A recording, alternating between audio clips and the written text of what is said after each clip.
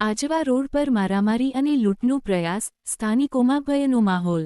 વડોદરા શહેરના આજવા રોડ પર ગાયત્રી હોસ્પિટલ સામે મારામારી અને લૂંટના પ્રયાસની ચોંકાવનારી ઘટના સામે આવી છે, જેને પગલે સ્થાનિકોમાં ભારે ભયનો માહોલ સર્જાયો છે।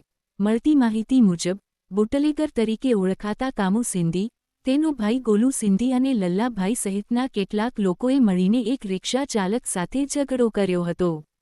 ઘટના મુજબ, આરોપીઓએ પહેલા રિક્ષા ચાલક સાથે બોલાચાલી શરૂ કરી હતી, જે બાદ મામલો હિંસક બની ગયો હતો। આરોપીઓએ રિક્ષા ચાલકને માર માર્યો હતો અને તેની પાસેથી રોકડ રકમ છીનવવાનો પ્રયાસ કર્યો હતો।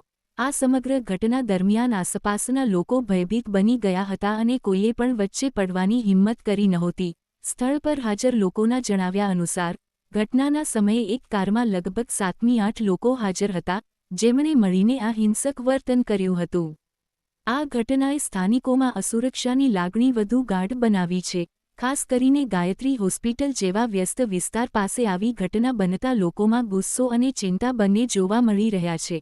સ્થાનિકોના કહેવા મુજબ, આરોપીઓ દ્વારા આવી હરકતો નવી નથી, તેઓ વારંવાર વિસ્તારમાં આવીને લોકોને ધમકાવતા અને પરેશાન કરતા હોવાના આક્ષેપો સામે આવ્યા છે। આ કારણે લોકો પોલીસ પાસે કડક કાર્યવાહી કરવાની માંગ કરી રહ્યા છે।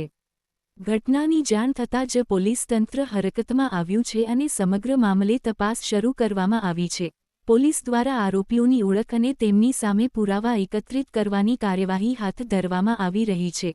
સાથે જ આસપાસના સીસીટીવી ફૂટેજ પણ તપાસવામાં આવી રહ્યા છે, જેથી ઘટનાની હકીકત વધુ સ્પષ્ટ બની શકે। પોલીસ અધિકારીઓએ જણાવ્યું છે કે દોષિતો સામે કાયદેસરની કડક કાર્યવાહી કરવામાં આવશે અને કોઈને પણ કાયદો પોતાના હાથમાં લેવા દેવામાં નહીં આવે। હાલ સમગ્ર વિસ્તારમાં પોલીસ પેટ્રોલિંગ વધારવામાં આવ્યું છે, જેથી આવી ઘટનાઓ ફરી ન બને। આ ઘટનાએ શહેરમાં કાયદો અને વ્યવસ્થા અંગે અનેક પ્રશ્નો ઊભા કર્યા છે। સ્થાનિક લોકો હવે સુરક્ષાને લઈને ચિંતિત છે અને તંત્ર પાસેથી ઝડપી અને અસરકારક પગલાંની અપેક્ષા રાખી રહ્યા છે। આ સાથે આજની બધી મહત્વપૂર્ણ ખબરો પૂર્ણ થાય છે। તમે જોઈ રહ્યા હતા બરોડા આજતક લાઈવ, વિશ્વાસપાત્ર સમાચારનો વિશ્વસનીય સ્ત્રોત। હું છું રવિન્દ્ર। આપ સૌનો દિલથી આભાર। વડોદરા અને આસપાસની દરેક મહત્વપૂર્ણ અપડેટ માટે જોડાયેલા રહો અમારી સાથે। ફરી મળીએ નવી ખબર સાથે।